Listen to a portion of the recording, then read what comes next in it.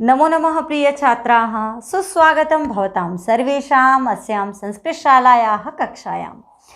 प्यारे बच्चों, कभी कभी ऐसी संशय की स्थिति उत्पन्न हो जाती है जिस समय हम ये सोचते हैं कि यहाँ इस अवस्था में मैं क्या करूँ, क्या ना करूँ।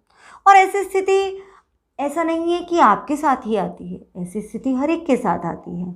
और यही स्थिति आई थी परमवीर अर्जुन के साथ जब वे खड़े थे महाभारत की रणभूमि में।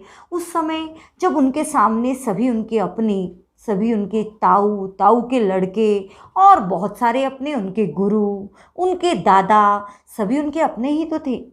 ऐसी स्थिति में उनके मन में बहुत ही क्लेश था, क्षोभ था, वो करें तो क्या करें। ऐसी स्थिति में भगवान श्री कृष्ण ने उन्हें जो कर्तव्य और अकर्तव्य का उपदेश दिया, यानी कि क्या करना चाहिए और क्या नहीं करना चाहिए। ऐसा नहीं है कि वो उपदेश जो है केवल अर्जुन के लिए था, वो आज भी उतना ही प्रासंगिक है यदि हम जानें तो आज हम उसी से संबंधित यानी कि गीता के 16वें अध्याय से संकलित पाठ पढ़ने वाले हैं, जिसका नाम है कार्य व्यवस्थिति।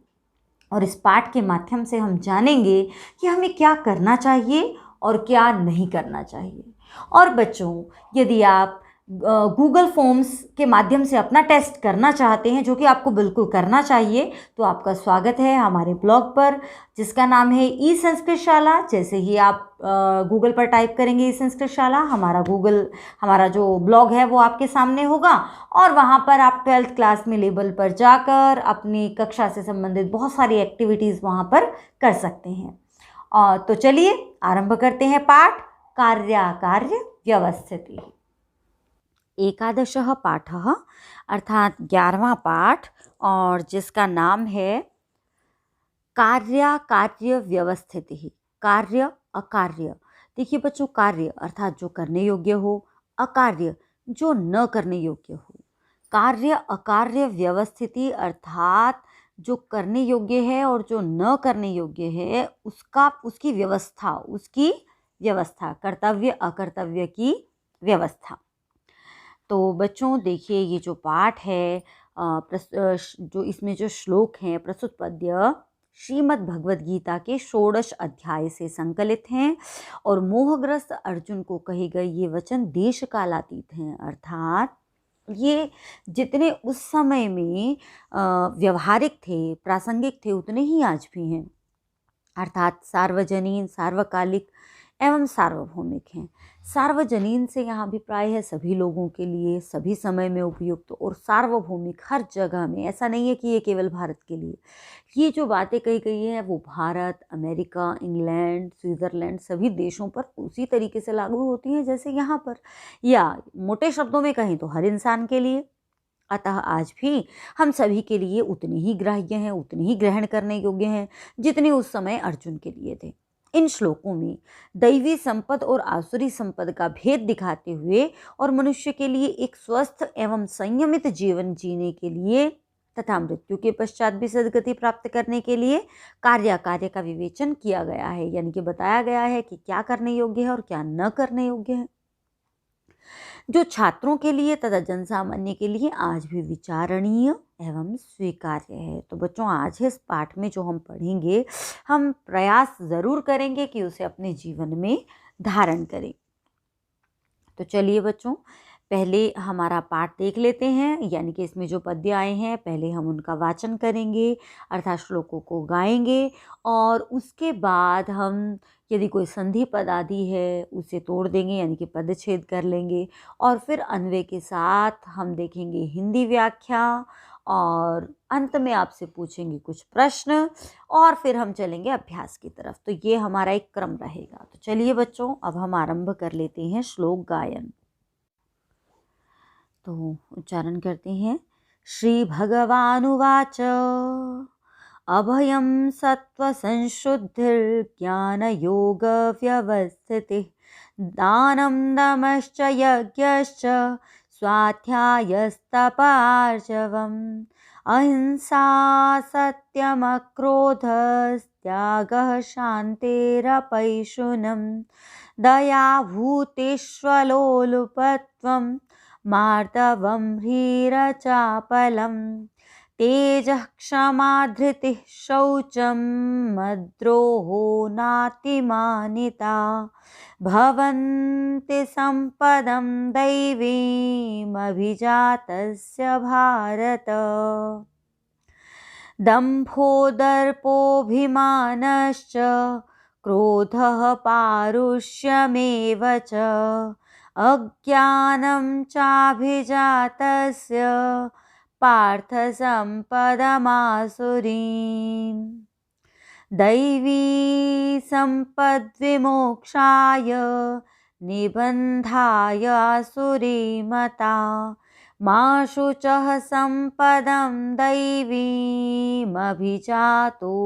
पाण्डव प्रवृत्तिं च निवृत्तिं च जना न विदुरासुराः न शोचं नापि चाचारो न सत्यं तेषु विद्यते। और इस प्रकार ये हुआ श्लोकों का गायन। चलिए अब एक एक श्लोक को देख लेते हैं। श्री भगवान उवाच, तो बिल्कुल सीधा सा है कि श्री भगवान उवाच, श्री भगवान बोले, उवाच अर्थात बोले। अभयम सत्व संशुद्धिर ज्ञान योग व्यवस्थित ही। देखिए वैसे तो जैसे मैं पढ़ रही हूँ मुझे लगता है कि आपको स्पष्ट होगा कि कहाँ कौन कौन सा शब्द है, यानी कि कितने शब्द हैं यहाँ पर है। और संधि की दृष्टि से देखें तो ये 2 शब्द हैं, सत्व संशुद्धि और ज्ञान योग व्यवस्थित ही। सत्व संशुद्धि र की हो गई विसर्गी और ज्ञान योग व्यवस्थित ही। और वैसे सत्व संशुद्धि ही एक शब्द और ज्ञान योग व्यवस्थित ही, ये ज्ञान योग व्यवस्थित ही मुझे लगता है स्पष्ट हो रहा होगा आपको पढ़ना। दानम दमश्च यज्ञश्च, देखिए यहाँ 3 शब्द हैं, दमश्च यज्ञः च। अब देखिए बच्चों 4 शब्द हैं, श की हो गई विसर्गे, दमः जमा च और यज्ञः जमा च। इस प्रकार यहाँ 4 शब्द हैं। और स्वाध्यायस्तप आर्जवम अलग अलग करेंगे, स्वाध्यायः जमा तपः जमा आर्जवम, तप में भी विसर्गे हो जाएंगी। तो ये हुए संधि शब्द। अब इस की हिंदी हम देख लेते हैं। बच्चों देखिए यहाँ पर जो है श्री भगवान कृष्ण जो है वो अर्जुन को उपदेश दे रहे हैं, ठीक है। तो यहाँ पर वे अर्जुन को बता रहे हैं, वे कहते हैं भारत, हे अर्जुन। तो ये भारत जो है वो भारत जो है वो अर्जुन का विशेषण है, अर्जुन को ही वे कह रहे हैं भारत, ठीक है। तो यहाँ पर वो उन्हें बता रहे हैं, तो क्या बता रहे हैं वो हम इस श्लोक में जानेंगे। वो बता रहे हैं, मैं पहले थोड़ा सा आपको संकेत कर दूं कि देवी संपदा में यानी कि दिव्य गुणों से जो युक्त पुरुष है उसके लक्षण क्या हैं वो हम यहाँ पर जानेंगे। तो चलिए बच्चों जान लेते हैं। भारत, हे अर्जुन, अभयम यानी कि भय न करना। देखिए बच्चों यहाँ पर अन्वय के नाम पर कुछ भी नहीं है, केवल आपको भारत आगे लगा देना है, बाकी तो शब्द यूं के यूं ही आएंगे क्योंकि ये गुण बताए जा रहे हैं। अभयम, भय का पूर्णतः अभाव अर्थात भय का न होना। सत्व संशुद्धि, सत्व यानी कि अंतःकरण की शुद्धि, आपके मन की शुद्धि। ज्ञान योग व्यवस्थित ही, ज्ञान योग अर्थात ज्ञान प्राप्त करने के लिए योग में व्यवस्थिति, ध्यान लगाना, ध्यान में मग्न होना। दानम दान करना, दमः दमन करना, दमन करना होता है किसी चीज़ को रोकना। तो यहाँ दमन करने का भी प्राय है इंद्रियों का दमन करना, क्योंकि बच्चों उदाहरण के लिए जब आप बैठे फ़ोन देख रहे हैं तो आपको पता ही नहीं लगता, आप 1 घंटा 1.5 घंटा फ़ोन देखते ही जाते हैं, या ऐसे ही टेलीविज़न या कुछ भी व्हाट्सएप चला रहे हैं, फेसबुक चला रहे हैं। तो उस समय में आपकी इंद्रियां आपको वास्तव में चला रही होती हैं। तो ये कहते हैं कि आपकी इंद्रियां आपको न चलाएं बल्कि आप उनका दमन करने में समर्थ हो, आप उनको चला सकें। यज्ञश्च और यज्ञ आदि करना। स्वाध्याय, स्वाध्याय करना। अब ये स्वाध्याय क्या होता है, जिसे आप कहते हैं सेल्फ स्टडीज़। तो स्वाध्याय देखिए बच्चों आज के संदर्भों में जाने तो सेल्फ स्टडी ही होगा, लेकिन यदि हम प्राचीन अर्थ को देखें तो स्वाध्याय का अर्थ होगा हमारे वेद आदियों का अध्ययन करना। तपः, तपस्या करना। आर्जवम, आर्जवम होता है ऋजुता, सरलता, बड़ा ही सरल होना। ये सब गुण बताए जा रहे हैं। भय का पूर्णतः समाप्त हो जाना, अंतःकरण की शुद्धि होना और तत्व ज्ञान की प्राप्ति के लिए ध्यान की स्थिति, ध्यान में दृढ़ स्थिति, दान करना, इंद्रियों का दमन करना, यज्ञ करना, स्वाध्याय करना, तपस्या करना, सरल स्वभाव होना, सरल होना। फिर कहा गया है अहिंसा। देखिए ये 3 श्लोक जो हैं वो उन गुणों से ही युक्त हैं, गुण बताए गए हैं इसमें। अहिंसा अर्थात हिंसा न करना। हिंसा करना होता है किसी को कष्ट पहुंचाना, और अहिंसा अर्थात यहाँ पर केवल शारीरिक कष्ट की बात नहीं है बच्चों। अहिंसा का मतलब है मन, वचन और कर्म से किसी को भी कष्ट न पहुंचाना। फिर कहा गया है सत्यम, हमेशा सच बोलना। अक्रोधः, देखिए बच्चों यहाँ पर जो है वो 3 शब्द हैं, सत्यम जमा अक्रोधः जमा त्यागः। तो सत्यम अर्थात सच बोलना, अक्रोधः क्रोध का न होना यानी कि गुस्सा न करना, त्यागः त्याग करना, त्याग की भावना रहना। अब यहाँ पर त्याग करने का क्या अभिप्राय है? त्याग करना अपने अभिमान का, अपने अहंकार का। फिर कहा गया है शांति, शांत रहना, शांति मन में होना। और अपैशुनम, पिशुनता का अभाव। अब ये पिशुनता क्या है? पिशुनता का अभिप्राय होता है बच्चों चुगली करना। तो अपैशुनम यानी कि चुगली न करना। दया, भूतेष्वलोलुपत्तम। देखिए यहाँ भी 2 शब्द आए थे, शांति ही जमा अपैशुनम। उसी प्रकार यहाँ पर भी 2 शब्द हैं, भूतेषु, व को वापस ऊ हो गया, भूतेषु जमा अलोलुपत्वम यानी कि भूतेषु दया, भूतों पर दया। अब यहाँ पर भूत क्या? भूत यानी कि प्राणी, जिनमें भी प्राण है, जो जिनका अस्तित्व है, वो सभी भूत हैं, यानी कि प्राणियों पर दया का भाव रखना। और अलोलुपत्वम, क्योंकि वह तो इधर चला गया, इधर बच गया, तो अलोलुपत्वम यानी कि लोलुपता का अभाव, लोभ के स्वभाव का अभाव। मार्दवम, मृदुता, मधुरता, स्वभाव में मधुरता रहना। ऐसा नहीं कि कोई आपको बोले तो वो सोचे कि अरे इसको बुलाऊं या ना, इतना कड़वा बोलता है, तो कड़वा ना बोलना, मधुर बोलना। उसके बाद है रीह।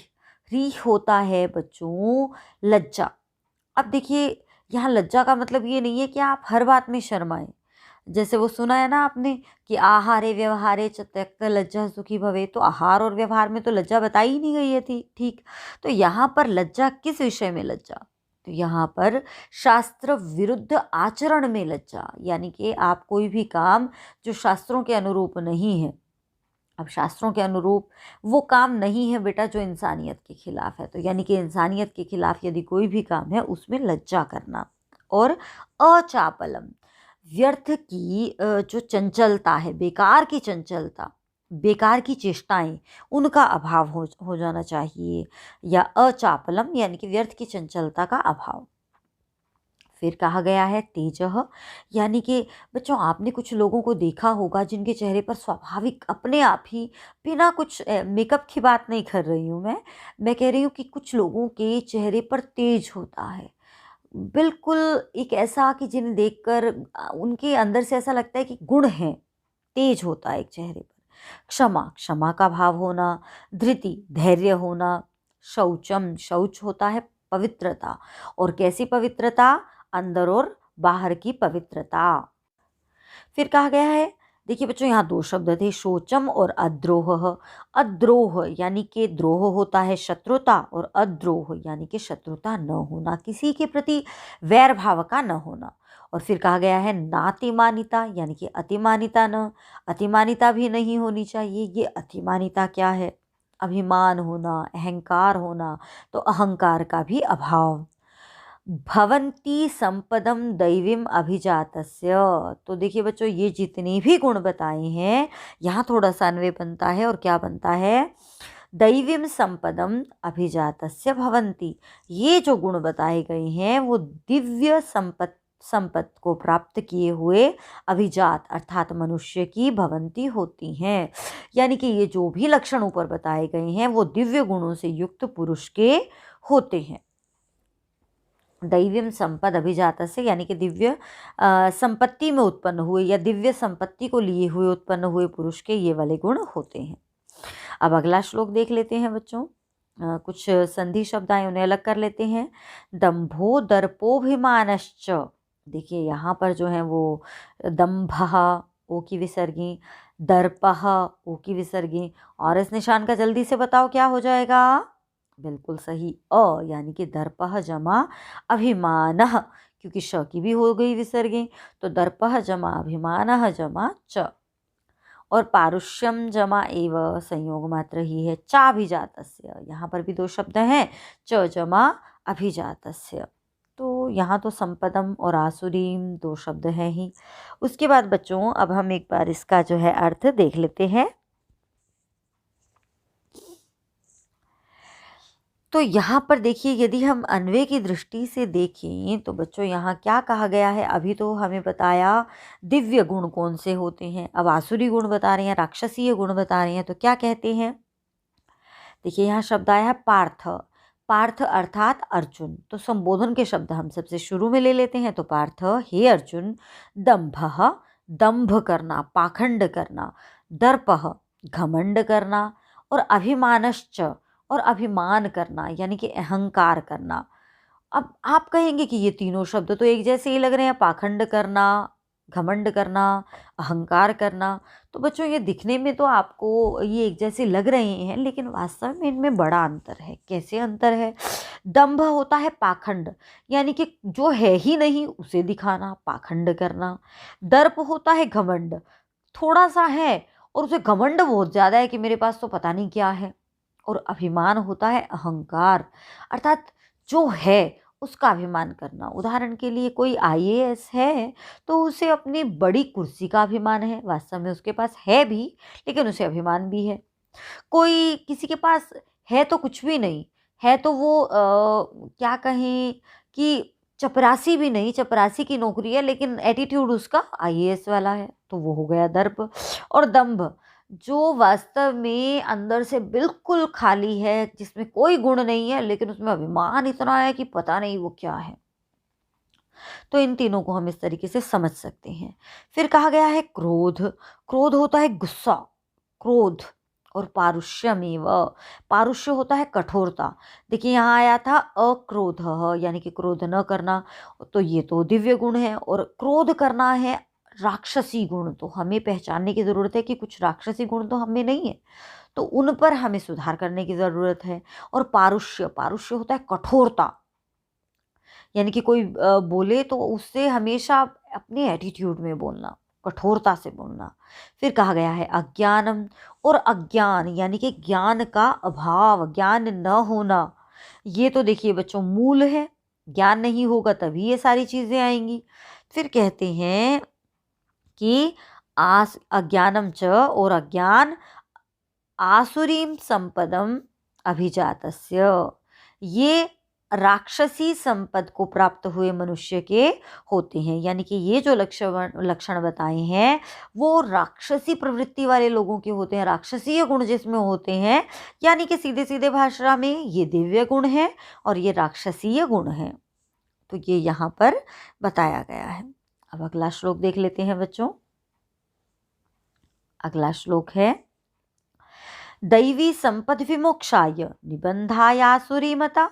अब देखिए बच्चों यहाँ दो शब्द हैं, संपद जमा विमोक्षाय, और यहाँ पर भी दो शब्द हैं, निबंधाय जमा आसुरी। और उसके बाद यहाँ पर तीन शब्द हैं, दैवीम जमा अभिजातः जमा असि।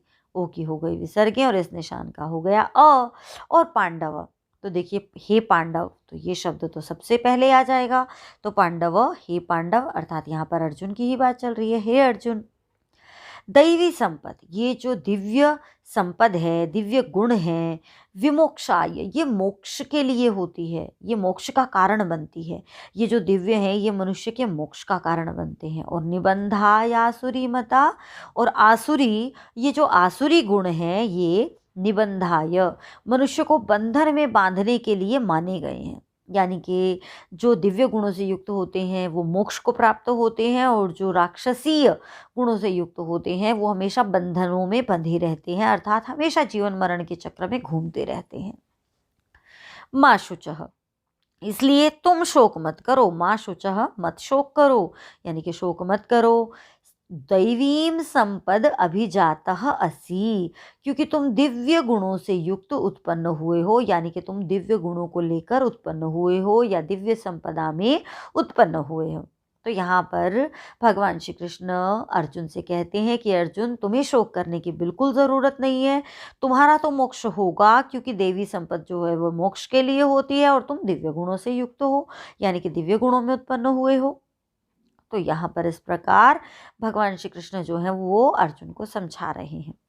प्रवृत्तिम च निवृत्तिम च जना न विदुरासुराः। देखिए बच्चों, यहाँ दो शब्द हैं, विदुरासुराः, विदुः जमा आसुराः। विदुः मतलब जानते हैं, आसुराः राक्षस प्रवृत्ति वाले लोग। न शोचम नापी, यहाँ देखिए नापी में दो शब्द हैं, न जमा आपी। और चाचारो, चाचारो देखिए ये दो साइन आ गए, मतलब दो अ। अब दो अ मतलब अचारो नहीं, आचारो। आ का मतलब ये यहाँ डबल, तो च जमा आचारः। सत्यम तेषु विद्यते, सत्य ये तो स्पष्ट ही है। चलिए बच्चों, अब इसे अन्वय के साथ हम देख लेते हैं। अन्वय के साथ यदि हम देखते हैं तो यहाँ पर बनता है आसुराः जनाः, यानी कि आसुरी प्रवृत्ति वाले लोग, राक्षसी प्रवृत्ति वाले लोग, प्रवृत्तिम च निवृत्तिम च न विदुः, वे प्रवृत्ति यानी कि किस काम में लगना चाहिए, किस काम को करना चाहिए, निवृत्तिम, और किस काम को नहीं करना चाहिए, न विदु, वे इसे नहीं जानते। जो राक्षसीय गुणों से युक्त लोग हैं वे नहीं जानते कि उन्हें क्या करना चाहिए और क्या नहीं करना चाहिए, क्या करना चाहिए क्या नहीं करना चाहिए, यानी कि करने योग्य कामों में प्रवृत्ति और न करने योग्य कामों में निवृत्ति। और वो क्या नहीं जानते, न शोचम, नहीं वे पवित्रता को जानते हैं, यानी कि उन्हें पवित्रता का महत्व ही नहीं पता। आंतरिक और बाह्य दोनों तरह की, अंदर की और बाहर की दोनों तरह की पवित्रता के बारे में वे नहीं जानते। और न च आचारः, नहीं वे श्रेष्ठ आचार, आचरण, व्यवहार के विषय में जानते हैं। और तेषु सत्यम न विद्यते, उनमें सत्य भी विद्यमान नहीं रहता, अर्थात उनमें सत्य भी नहीं होता। तो इस प्रकार बच्चों हमारा ये जो श्लोक है वो हो जाता है। अब चलते हैं हम अगले श्लोकों की तरफ। चलिए बच्चों, इनका भी पहले उच्चारण कर लेते हैं हम। एतां दृष्टिमवष्टभ्य नष्टात्मानोऽल्पबुद्धयः प्रभवन्त्युग्रकर्माणः क्षयाय जगतो हिताः। इदमद्य मया लब्धम् इमं प्राप्स्ये मनोरथम्। इदमस्तीदमपि मे भविष्यति पुनर्धनम्। असौ मया हतः शत्रुर्हनिष्ये चापरानपि। ईश्वरोऽहमहं भोगी सिद्धोऽहं बलवान् सुखी। आढ्योऽभिजनवानस्मि कोऽन्योऽस्ति सदृशो मया। यक्ष्ये दास्यामि मोदिष्य इत्यज्ञानविमोहिता।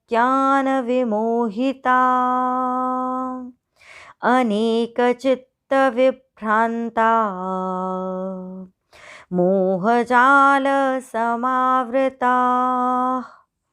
प्रसक्ताः कामभोगेषु पतन्ति नरकेषु च।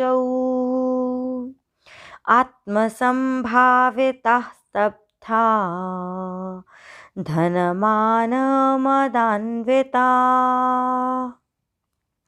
यजन्ते नाम यज्ञैस्ते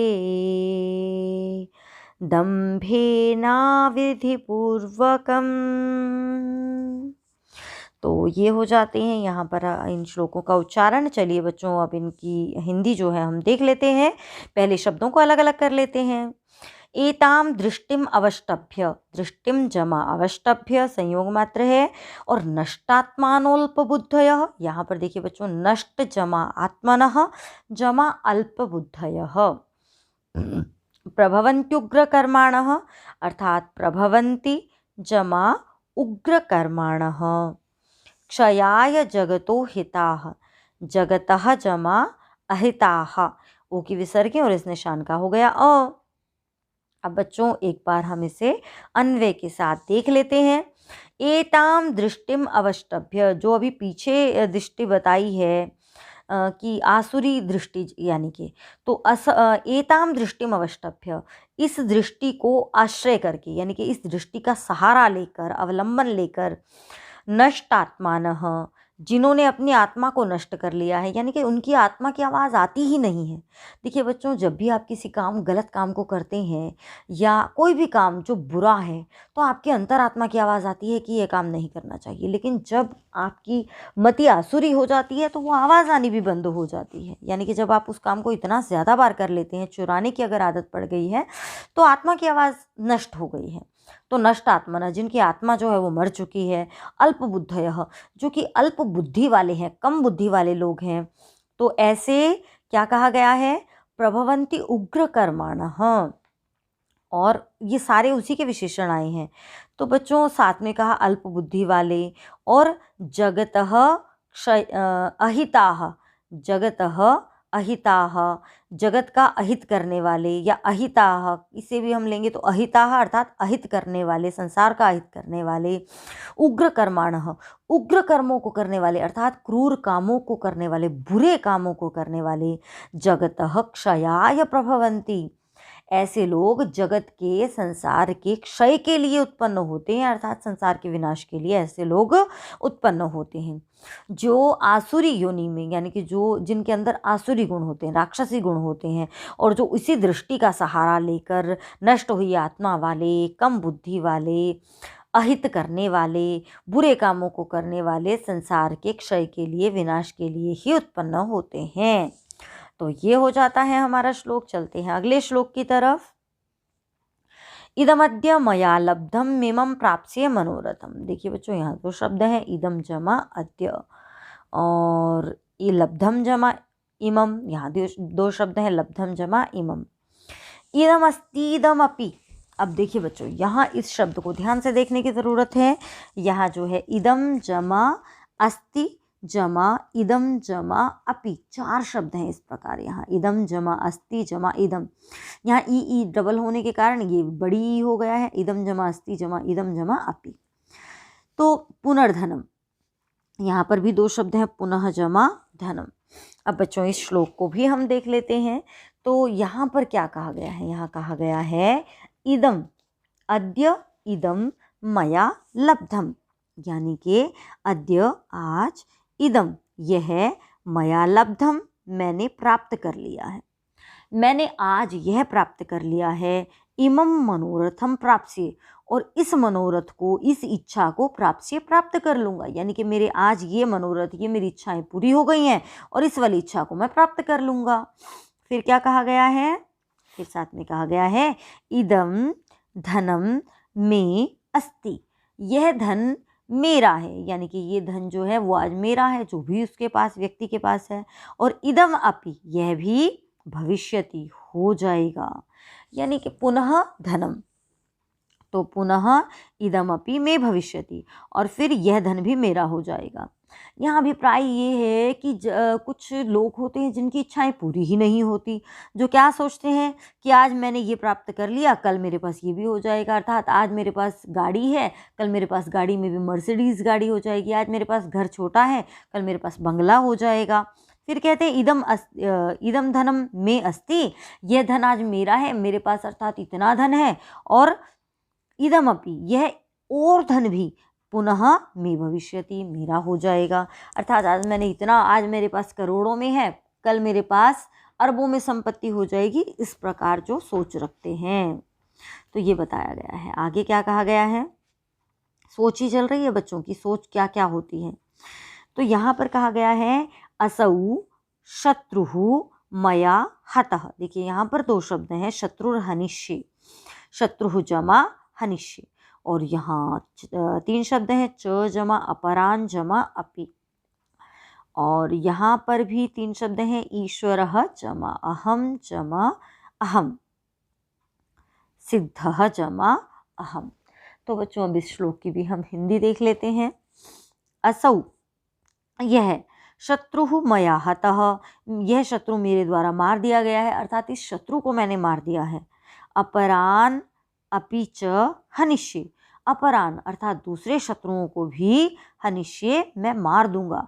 मैंने आज अपने इतने शत्रुओं को मार दिया, या मैं अब तक इतने शत्रुओं को मार चुका हूँ, मैं इनको भी मार दूंगा। पहले तो राजा महाराजा लोग हुआ करते थे, सेनाएं हुआ करती थी, शत्रु हुआ करते थे। तो पहले बेटा पहले के हिसाब से और आज के हिसाब से देखें तो कि ये मेरा शत्रु है, मैंने उसे हरा दिया, मैं दूसरों को भी हरा दूंगा या उनसे भी आगे निकल जाऊंगा, ये वाली जो भावना है। फिर कहा गया है और कौन सी भावना, अहम ईश्वर, मैं ही ईश्वर हूँ। अब यहाँ पर ईश्वर से मतलब भगवान नहीं है, यहाँ पर ईश्वर से मतलब है सर्वे सर्वा, सब कुछ मेरे हाथ में, सब कुछ मैं कर सकता हूँ। अहम भोगी, मैं ही भोगी हूँ, अर्थात मैं सब कुछ भोग करने वाला हूँ, सब कुछ मेरे ही भोग के लिए तो है, ऐसा सोचने वाला। अहम सिद्ध, और मैं ही सिद्ध हूँ, यानी कि मैं ही हर काम को सिद्ध करने वाला हूँ, या मैं बड़ा सिद्ध परफेक्ट हूँ। जिसे सिद्ध कहें वो आज की भाषा में देखें तो परफेक्ट है ना, मैं ही सिद्ध हूँ या मैं सर्वश्रेष्ठ हूँ, ऐसा।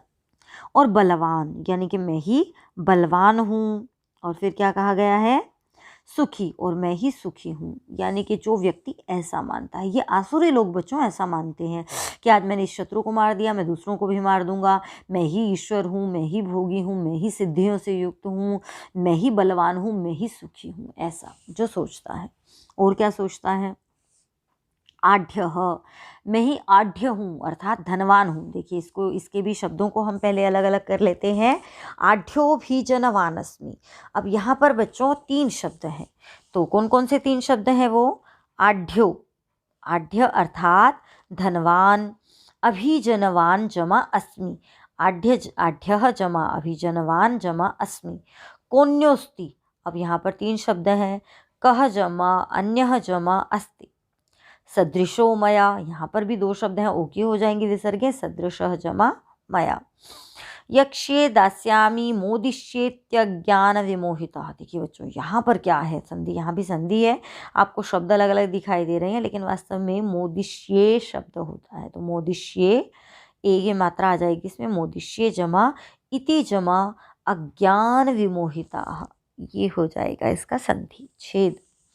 अब इसकी हिंदी भी देख लेते हैं। आढ़्य अर्थात मैं धनवान हूँ, अभिजनवान मैं ऊंचे कुल वाला हूँ, अभिजन होता है ऊंचे कुल वाला, तो मैं ऊंचे कुल वाला हूँ। और कह अन्यः मया सदृशः अस्ति, कौन दूसरा, कह अन्यः अर्थात कौन दूसरा, मया सदृशः अस्ति मेरे जैसा है, यानी कि मेरे जैसा और कौन है, मैं धनवान हूँ, मैं ऊंचे कुल वाला हूँ, मेरे जैसा और कौन है। यक्षी, तो मैं यज्ञ करूँगा, दास्यामी मैं दूंगा, दूंगा मतलब दान करूँगा, मोदिष्ये मैं आनंद करूँगा, मोदित, मुदित होना होता है आनंदित होना, तो मैं आनंद करूँगा।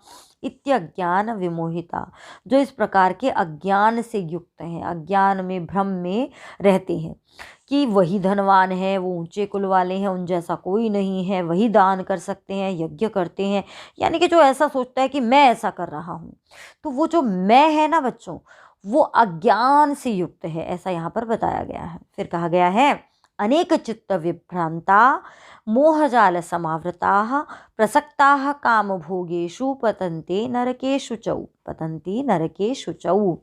यहाँ बच्चों नरकेषु च, यहाँ 2 शब्द हैं, नरके जमा अशुचौ।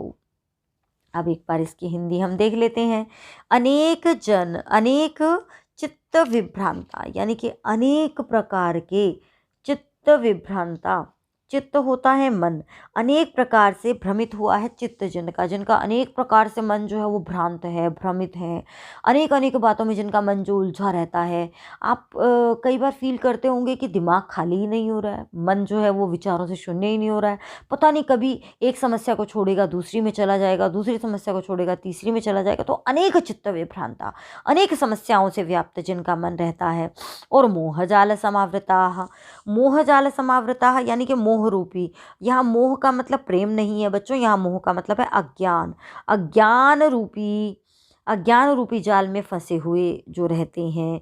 और फिर कहा गया है प्रसक्ता, प्रसक्त यानी कि जो आसक्त रहते हैं, किसी न किसी चीज़ में उनका मन जो है वो हमेशा रमा रहता है। काम भोगेषु, और किसमें, काम और भोग में जिनका मन आसक्त रहता है। तो काम भोगेषु प्रसक्ताः, काम यानी कि इच्छाओं में, और भोग यानी कि भोग करने में, वस्तुओं का भोग करने में, आनंद लेने में जो प्रसक्ताः लगे रहते हैं। तो अशुचौ नरके पतंती, ये अन्वय भी हो गया है हमारा साथ साथ। ऐसे लोग अशुचौ अपवित्र नरके, नरक में पतंती गिरते हैं। अब देखिए बच्चों, एक बार फटाफट से इसका देख लेते हैं। अनेक चित्त विभ्रांता, अनेक प्रकार के चित्त से, अनेक प्रकार से जिनका चित्त जो है भ्रांत है और अज्ञान रूपी जाल में जो फंसे हुए हैं, काम भोग में हमेशा लगे रहते हैं, ऐसे लोग हमेशा अपवित्र नरक में गिरते हैं, अर्थात उन्हें नरक की प्राप्ति होती है। आत्मसंभाविताः स्तब्धाः धनमान मदान्विताः यजन्ते नाम यज्ञैस्ते दम्भेना विधिपूर्वकम। देखिए बच्चों, यहाँ क्या कहा गया है, यहाँ दो, पहले तो शब्दों को अलग अलग कर लेते हैं। स्तब्धाः जमा धन मान मदान्विताः, मद अन्विताः, यहाँ यूं है मद जमा अन्विताः। नाम यज्ञैस्ते, देखिए स आ गया, स की विसर्गे कर देंगे, नाम यज्ञैः जमा ते, दंभेना विधिपूर्वकम, दंभेन जमा अविधिपूर्वकम, दंभेन जमा अविधिपूर्वकम। अब बच्चों इसकी ज़रा हम हिंदी देख लेते हैं अन्वय के साथ। तो यहाँ क्या कहा गया है, अभी जो ऊपर गुण बताए हैं उनके अनुसार तो क्या कहा गया है बच्चों, यहाँ कहा गया है ते आत्मसंभाविताः, वे आत्मसंभाविता यानी कि मोह में फंसे रहने वाले, स्वयं को ही श्रेष्ठ मानने वाले। स्तब्धा, स्तब्ध का अर्थ यहाँ पर आश्चर्यचकित नहीं है, यहाँ पर है घमंडी, अपने आप को ही श्रेष्ठ मानने वाले, घमंडी, धन और मान के मद में चूर, यानी कि धन होता है पैसा और मान होता है सम्मान का, दो तरह का नशा होता है। मद होता है नशा, यानी कि अपने ही पैसे के और सम्मान के नशे में चूर रहने वाले जो लोग हैं वो क्या करते हैं, उनके बारे में बताया गया है। अविधिपूर्वकम, बिना किसी विधि को जाने ही, बिना किसी विधि के ही, नाम यज्ञ, नाम मात्र यज्ञों से, दंभेन यजन्ते, घमंड पूर्वक यज्ञ करते हैं। यानी कि ऐसे लोग यज्ञ तो करते हैं लेकिन वो घमंड पूर्वक करते हैं, बिना किसी विधि को जाने करते हैं, और वो अपने आप को सर्वे सर्वा मानते हैं। तो ये हो जाता है हमारा 12वां श्लोक। अगले श्लोक की तरफ चलते हैं बच्चों। ये बच्चों इन श्लोकों का भी हम उच्चारण कर लेते हैं। अहंकारं बलं दर्पं कामं क्रोधं च संश्रिताः मामात्मपरदेहेषु प्रद्विषन्तोऽभ्यसूयकाः तानहं द्विषतः क्रूरान् संसारेषु नराधमान् क्षिपाम्यजस्रमशुभान् नासुरीष्वेव योनिषु आसुरीं योनिमापन्ना मूढा जन्मनि जन्मनि मामप्राप्यैव कौन्तेय ततो यान्त्यधमां गतिं त्रिविधं नरकस्येदम् द्वारं नाशनमात्मनः कामः क्रोधस्तथा लोभस्तस्मादेतत्त्रयं त्यजेत् त्यजेत्। तो अब बच्चों इन श्लोकों की हम हिंदी देख लेते हैं। अहंकारम, देखिए बच्चों यहाँ पर अन्वय की दृष्टि से यदि हम देखें तो ये जो अवगुण बताए गए हैं वो आ जाएंगे एक एक क्रम से। अहंकारम यानी कि अहंकार करना, अभिमान करना, घमंड करना। बलम, बल, और दर्पम, दर्प करना। दर्प भी देखिए ये वही अहंकार और दर्प भी अभिमान अर्थ में ही है, बस थोड़ा सा फर्क है, यानी कि घमंड करना। और कामम, कामनाएं रखना। क्रोधम, क्रोध करना, च संश्रिता, इन चीज़ों से, इन अवगुणों से युक्त लोग जो हैं वो क्या करते हैं, उनके बारे में कहा गया है। और अभय सूयकाः भी एक शब्द आया है, अभ्यसूयकाः। अभ्यसूयकाः, अभ्यसूयक का मतलब होता है दूसरों की निंदा करने वाले जो लोग हैं, तो ऐसे लोग जो हैं। और संश्रिताः, संश्रित का अर्थ यहाँ पर क्या होता है, यहाँ पर संश्रिताः का अर्थ होता है वशीभूत हुए, जो संश्रित हैं, इन सभी क्रोधम च संश्रिता, यानी कि क्रोध के वशीभूत हुए जो लोग हैं, या इन गुणों से, इन अवगुणों से युक्त जो लोग हैं, वो दूसरों की निंदा करने वाले जो लोग हैं, वो माम आत्म परदेहेषु, जो अपर आत्म परदेहेषु, दो शब्द हैं माम जमा आत्म परदेहेषु, आत्म और पर, यानी कि अपनी और दूसरों की देह में स्थित माम, मुझको, प्रद्विषन्तः, मुझसे ही द्वेष करने वाले होते हैं। प्रद्विषंतो है प्रद्विषंतः, यानी कि मुझसे ही द्वेष करने वाले होते हैं। तो और क्या कहा गया है, प्रद्वेषंतः यानी कि द्वेष करते हुए। अब अगला श्लोक इसी की कड़ी में जुड़ता है। देखिए बच्चों, यहाँ पर भी दो शब्द थे, माम जमा आत्म परदेहेषु, और यहाँ पर भी दो शब्द थे, प्रद्वेषंतः जमा अभ्यसूयकाः। तो तान अहम द्विषतः क्रूरान संसारेषु नराधमान। यहाँ दो शब्द हैं, तान जमा अहम, यहाँ भी दो शब्द है, क्रूरान जमा संसारेषु। और यहाँ पर बच्चों कई शब्द हैं, क्षिपामी जमा अजस्रम जमा अशुभान जमा आसुरीषु जमा एव। फिर से बोल रही हूँ, क्षिपामी जमा अजस्रम जमा अशुभान जमा आसुरीषु जमा एव। इस प्रकार ये शब्द हैं यहाँ पर। अब इनका भी अन्वय देख लेते हैं। तान द्विषतः, उन द्वेष करने वालों के, और क्रूरान, क्रूर, अधम, संसारेषु नराधमान, और जो संसार में अत्यंत अधम, अत्यंत निकृष्ट श्रेणी के, यानी कि जो अत्यंत नीच लोग हैं, उन द्वेष करने वाले, क्रूर, संसार में अत्यंत ही नीच लोगों को, और अशुभान, और अशुभ लोगों को, यानी कि जो कि मंगलदायक नहीं है, बुरा करने वाले हैं, अशुभ हैं, ऐसे लोगों को अहम, मैं, आसुरीषु योनिषु क्षिपामी, आसुरी योनियों में फेंक देता हूँ, यानी कि उन्हें आसुरी योनियों में ही जन्म मिलता है, राक्षसी योनियों में ही जन्म मिलता है। तो ऐसा भगवान श्री कृष्ण बता रहे हैं कि जो ऐसे लोग हैं जिनमें ये अवगुण हैं, जो द्वेष करने वाले हैं, जो संसार में बड़े ही नीच हैं, जो अशुभ हैं, ऐसे लोगों को मैं बार बार आसुरी योनियों में ही फेंकता हूँ, अर्थात यानी कि उन्हें आसुरी योनियों में जन्म मिलता है। अगला श्लोक देख लेते हैं। आसुरीम योनिमापन्ना मूढ़ा जन्मनि जन्मनि माम अप्राप्यैव। यहाँ बच्चों शब्द हैं तीन, माम जमा अप्राप्य जमा एव। यहाँ पर भी दो शब्द हैं, यान्ति जमा अधमाम, ततः में ओ की विसर्ग हो जाएंगी, ओ ततोथा ततः बन जाएगा।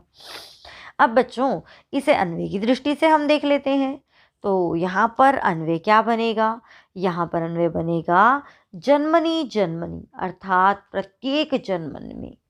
और उससे भी पहले ये एक शब्द आया था कौन्तेय, हे कुंती पुत्र, यानी कि हे अर्जुन, ततः, और उसके बाद कौन, मूढ़ा, मूर्ख लोग, जन्मनि जन्मनि, जन्म जन्म में, यानी कि प्रत्येक जन्म में, आसुरीम योनिमापन्ना, आसुरी राक्षसी योनि को प्राप्त करके, माम अप्राप्य, आसुरी योनि को तो वो प्राप्त करते हैं, राक्षसी योनि को तो प्राप्त करते हैं, लेकिन माम अप्राप्यैव, लेकिन मुझे बिना प्राप्त किए ही अधमाम गतिम यान्ति, अधम गति को प्राप्त होते हैं, यानी कि उन्हें मैं प्राप्त नहीं होता, उन्हें तो अधम गति, नीच गति, उनकी बड़ी ही नीच गति होती है, बुरी गति होती है, ऐसा यहाँ बताया गया है, जो जिनमें ये राक्षसीय गुण विद्यमान होते हैं। अगले श्लोक में क्या कहा गया है, चलिए देख लेते हैं। त्रिविधम नरकस्येदं द्वारम नाशनमात्मनः कामः क्रोधस्तथा लोभस्तस्मादेतत्त्रयं त्यजेत्। तो बच्चों यहाँ पर दो शब्द हैं, नरकस्य जमा इदम, यहाँ पर भी दो शब्द हैं, क्रोधः जमा तथा, और यहाँ पर तो तीन चार शब्द हैं, कौन कौन से, लोभः जमा तस्मात् जमा एतत् जमा त्रय। तो ये चार शब्द यहाँ पर हैं। अब बच्चों इस श्लोक को भी हम अन्वय के साथ देख लेते हैं।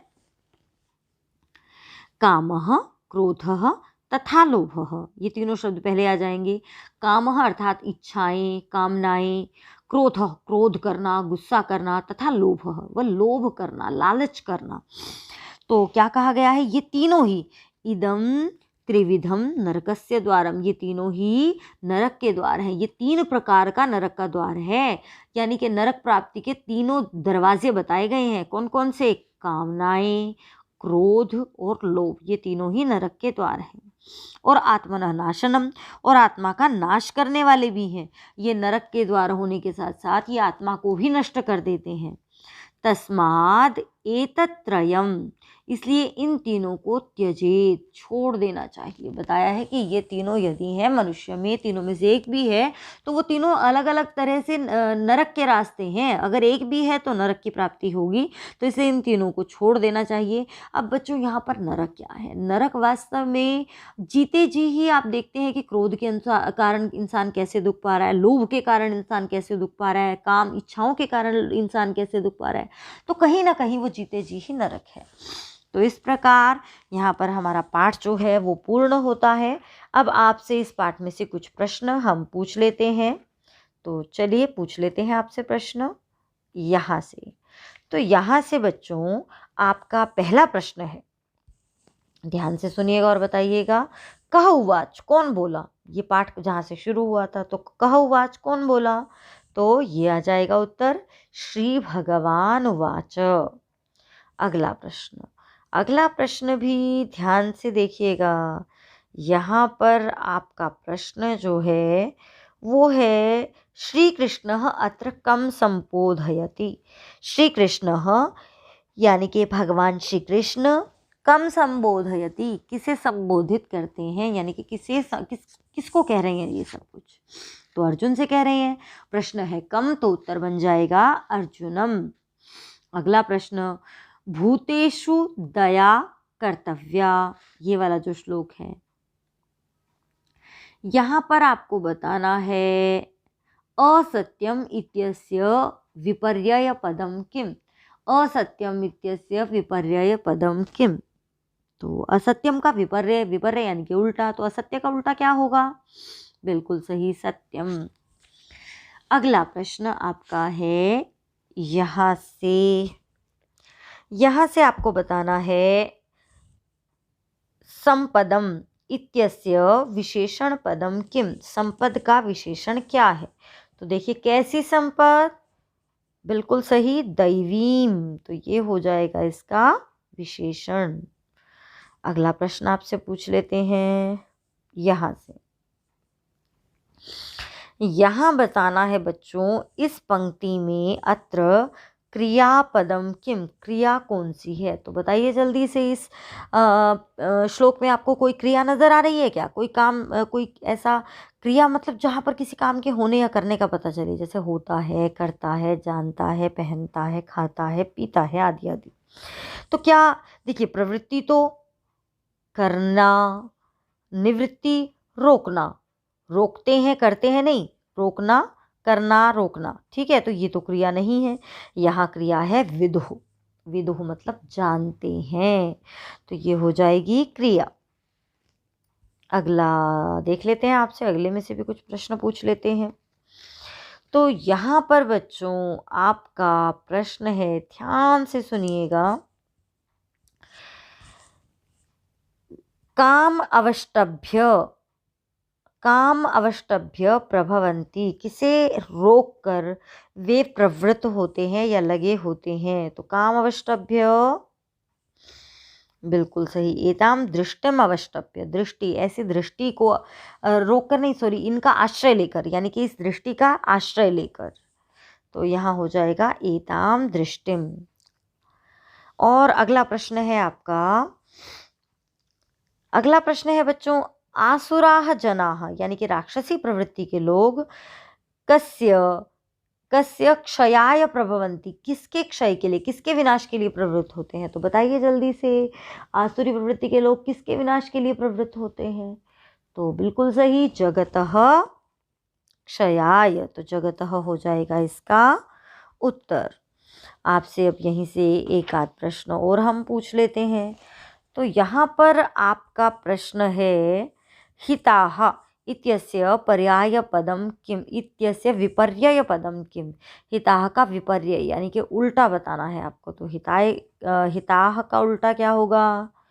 बिल्कुल सही, अहिताः। ये हो जाएगा इसका विपरीतार्थक। अगला देख लेते हैं, आगे से आपसे पूछ लेते हैं। अगला है बच्चों, यहाँ पर जो आपको प्रश्न का उत्तर देना है वो है जनाः केषु प्रसक्ताः भवन्ति। इस श्लोक में से जनाः केषु प्रसक्ताः भवन्ति, लोग किस में लग जाते हैं। तो बताइए जल्दी से किस में लग जाते हैं। श्लोक में ही उत्तर विद्यमान है। बेटा जो पहरा आएगा, जो श्लोक आएगा, उसी में आपका उत्तर रहेगा, तो इसलिए उसे ध्यान से पढ़ें। तो केषु प्रसक्ताः, किस में प्रसक्त हैं, किस में लगे हुए हैं। तो काम भोगेषु, जैसा प्रश्न वैसा उत्तर, ये हो जाएगा आपका उत्तर, काम भोगेषु प्रसक्ताः।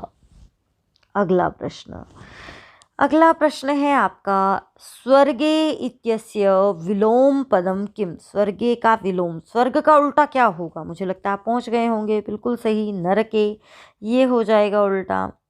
अब एक और प्रश्न बच्चों आपसे पूछ रहे हैं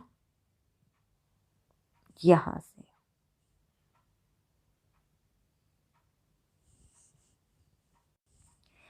नरकस्य द्वारम कतिविधम उक्तम। नरकस्य द्वारम कतिविधम उक्तम, नरक का द्वार कितने प्रकार का बताया गया है।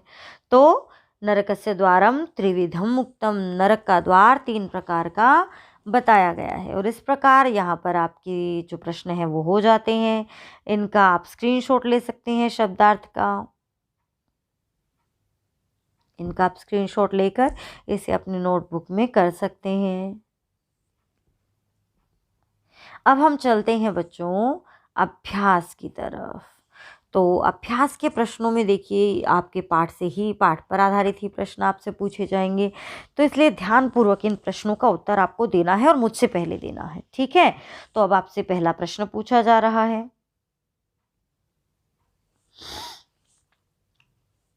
प्रश्नानाम उत्तराणि एक पदेन लिखत, यानी कि प्रश्नों के उत्तर आपको एक पद में, एक शब्द में लिखने हैं। तो दैवी संपद कस्मई मता, दिव्य जो गुण है या दिव्य संपत्ति जो है वो किसके लिए मानी गई है। तो बताइए देवी संपत्ति किसके लिए मानी गई है? बंधन के लिए? नहीं, मोक्ष के लिए। तो विमोक्षाय, जैसा प्रश्न वैसा उत्तर हो जाएगा इसका उत्तर विमोक्षाय। काम भोगेषु प्रसक्ताः कुत्र पतन्ति, जो हमेशा इच्छाओं में और भोगों में लगे रहते हैं वो कहाँ गिरते हैं। तो वो कहाँ गिरते हैं बताइए? नरके, वो नरक में गिरते हैं। ईश्वरः नराधमान कासु योनिषु क्षिपति, ईश्वर जो है वो अधम लोगों को, अधम लोग जो है, नीच लोग जो है, उन्हें किन में, कौन सी योनियों में फेंकते हैं। तो उन्हें कौन सी योनियों में फेंकते हैं बताइए? आसुरीषु योनिषु, उन्हें राक्षसीय योनियों में फेंकते हैं। त्रिविधम कस्य द्वारम, 3 प्रकार का किसका द्वार है? जल्दी से बताइए 3 प्रकार का द्वार किसका है? नरकस्य, ये हो जाएगा आपका उत्तर। अगला प्रश्न है त्रिविधम कस्य द्वारम, 3 प्रकार का किसका है द्वार? हो गया है नरकस्य। अगले प्रश्न पर आते हैं, प्रश्नानाम उत्तराणि पूर्ण वाक्येन लिखत। प्रश्नों का उत्तर अब आपको पूरे वाक्य में लिखना है, तो जल्दी से तैयार हो जाइए। पहला प्रश्न है जगतः हिताय के प्रभवन्ति, जगतः क्षयाय के प्रभवन्ति, अर्थात जगत के नाश के लिए कौन लोग प्रवृत्त होते हैं। तो कौन लोग प्रवृत्त होते हैं? तो यहाँ पर वैसे तो बहुत बड़ा है, क्या क्या आएगा? नष्टात्मनः, नष्टात्मानः, नष्ट हुई आत्मा वाले, अल्पबुद्धयः, कम बुद्धि वाले, उग्र कर्माणः, बुरे कर्म करने वाले लोग, जनाः जगतः क्षयाय प्रभवन्ति, जगत के नाश के लिए ही उत्पन्न होते हैं। अगला, अज्ञान विमोहिताः जनाः किम विचारयन्ति, अज्ञान से मोहित, अज्ञान में फंसे हुए जो लोग हैं वो क्या विचारित करते हैं, यानी कि क्या सोचते हैं। वो क्या सोचते हैं? यत्ति आढ्याः अभिजनवन्तः च सन्ति तैः सदृशः अन्यः नास्ति। वो ऐसा सोचते हैं कि हम तो जो है वो बहुत ही अच्छे कुल वाले हैं, पैसे वाले हैं, हमारे जैसा दूसरा कौन है, आदि आदि, और उन जैसा कोई नहीं है, ऐसा वो सोचते हैं।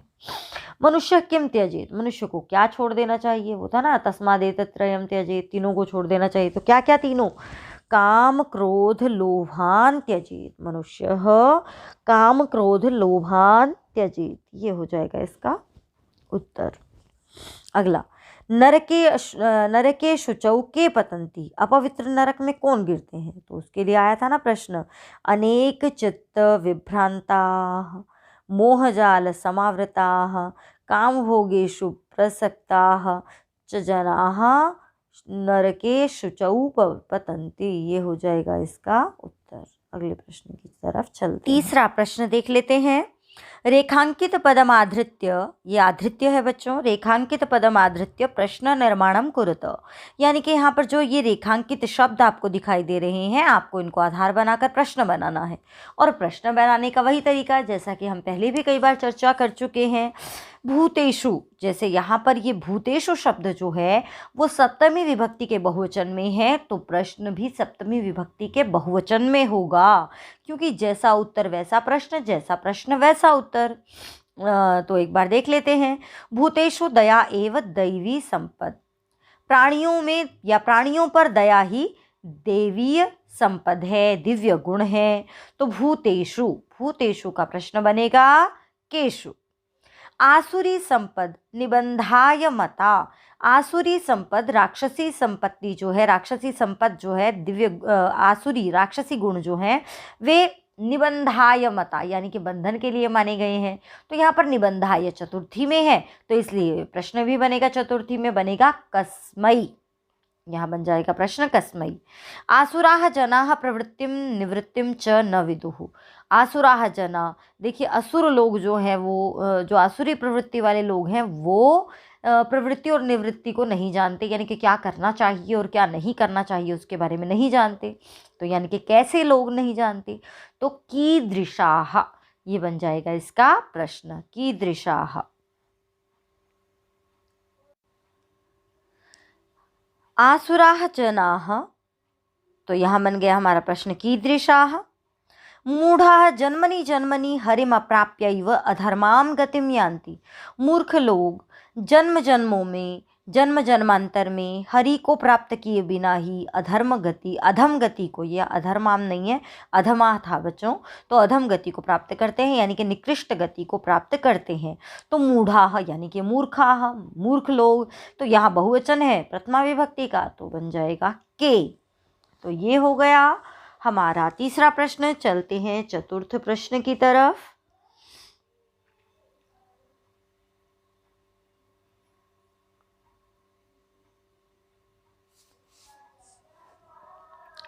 शुद्ध कथनानां समक्षम आम, अशुद्ध कथनानां समक्षम च न इति लिखत। अब जो शुद्ध है यानी कि जिन्हें जो पाठ के अनुसार सही है उनके सामने लिखना है आम, और जो सही नहीं है उनके सामने लिखना है न। तो नरकस्य द्वारम पंचविधम, क्या नरक का दरवाज़ा 5 प्रकार का है? तो बिल्कुल नहीं, न आ जाएगा। आसुरी वृत्ति युक्ताः जनाः दंभेन विधिपूर्वकम यजन्ते, यानी कि आसुरी वृत्ति के लोग जो हैं वो दंभ पूर्वक और बिना किसी विधि के यज्ञ करते हैं, क्या ऐसा है? बिल्कुल सही, तो आम आ जाएगा। आगे है नष्टात्मनः अल्पबुद्धयः जगतः हिताय भवन्ति, जिनकी आत्मा मर चुकी है, कम बुद्धि वाले लोग जगत के हित के लिए होते हैं, जगत के नाश के लिए होते हैं वो तो यहाँ आ जाएगा न। तेजः क्षमा धृतिः इत्यादिनी आसुरी संपदः अंगभूतानि, तेज, क्षमा और धैर्य ये आसुरी संपत्ति के अंग है, यानी कि आसुरी गुण है, राक्षसी गुण है। तो क्या ऐसा? बिल्कुल नहीं, न आ जाएगा। दंभः दर्पः अभिमानश्च दैवी संपतः अंगभूतानि, अब ये फिर से उल्टा हो गया, अहंकार, घमंड और अभिमान जो है वो कैसे देवी संपद हो सकते हैं? तो ये भी नहीं।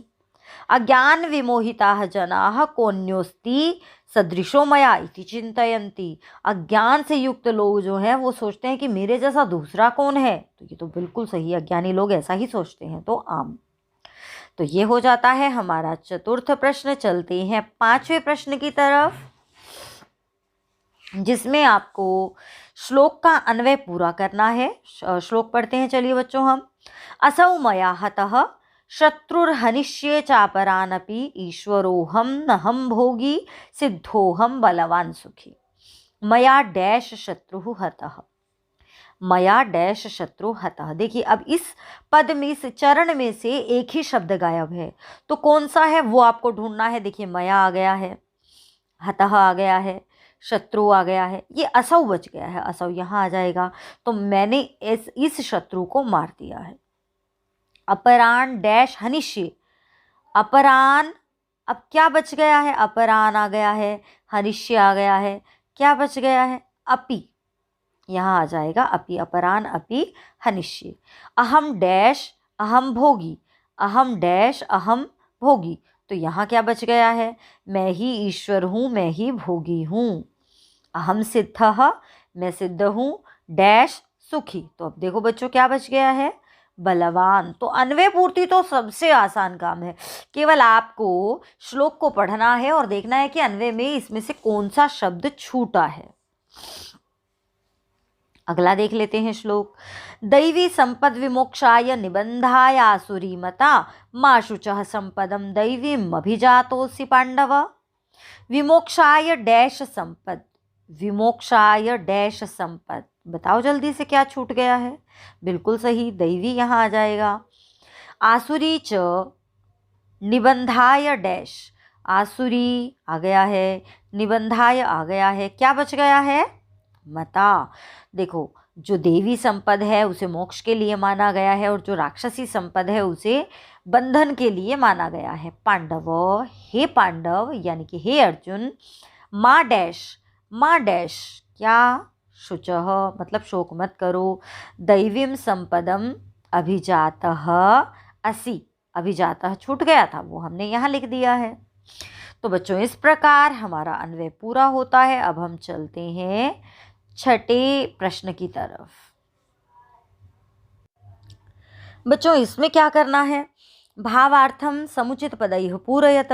भावार्थ यहाँ पर दिया गया है इस श्लोक का, इदमद्य मया लब्धम इमं प्राप्स्ये मनोरथम, इदमस्ति इदमपि में भविष्यति पुनर्धनम, यानी कि आज ये मेरे पास है, ये भी मनोरथ मेरा पूरा हो जाएगा, आज ये धन मेरे पास है और धन भी मेरे पास आ जाएगा, यानी कि अगला धन भी मेरा होगा। तो इसका भावार्थ यहाँ पर दिया गया है, और उसके लिए हमें 4 जो हैं वो शब्द भी दे दिए गए हैं, यानी कि इन शब्दों को हमें सही जगह पर उठाकर रखना है। श्री कृष्ण कथयति, श्री कृष्ण कहते हैं, यत मूढ़ः अज्ञान विमोहितः जनः डैश भवति। तो श्री कृष्ण क्या कहते हैं कि मूर्ख अज्ञान से युक्त व्यक्ति जो है वो क्या होता है, क्या होता है, वो अत्यंत लोभी होता है, प्राप्त करने में समर्थ होता है, धन ऐश्वर्य होता है या आत्माभिमानी होता है। तो अज्ञान से युक्त जो व्यक्ति है वह अति लोलुपः भवति, अत्यंत लालची होता है। किंचित अल्पमपि प्राप्य, वो थोड़ा सा भी प्राप्त करके क्या हो जाता है, आत्माभिमानी भवति, अहंकारी हो जाता है।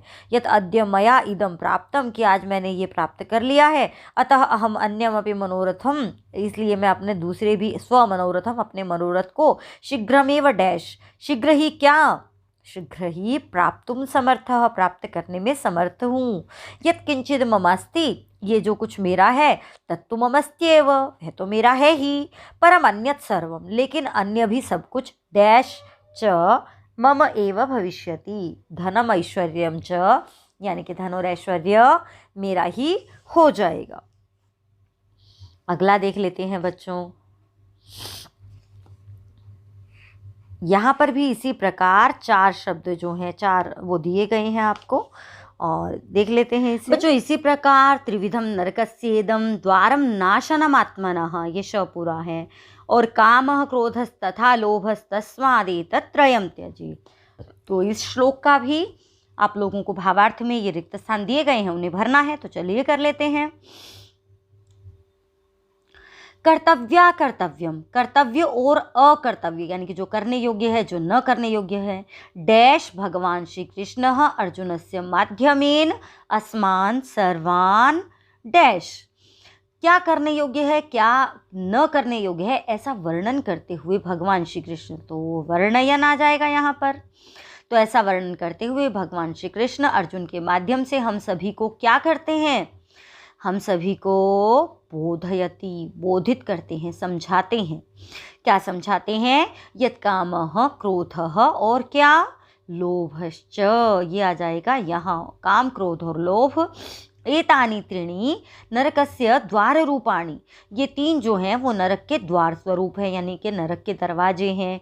अतः यह जनः डैश नाशम नेच्छति, इसलिए जो व्यक्ति किसका नाश नहीं चाहता? अपना, आत्मनः नाशम नेच्छति, अपना नाश नहीं चाहता।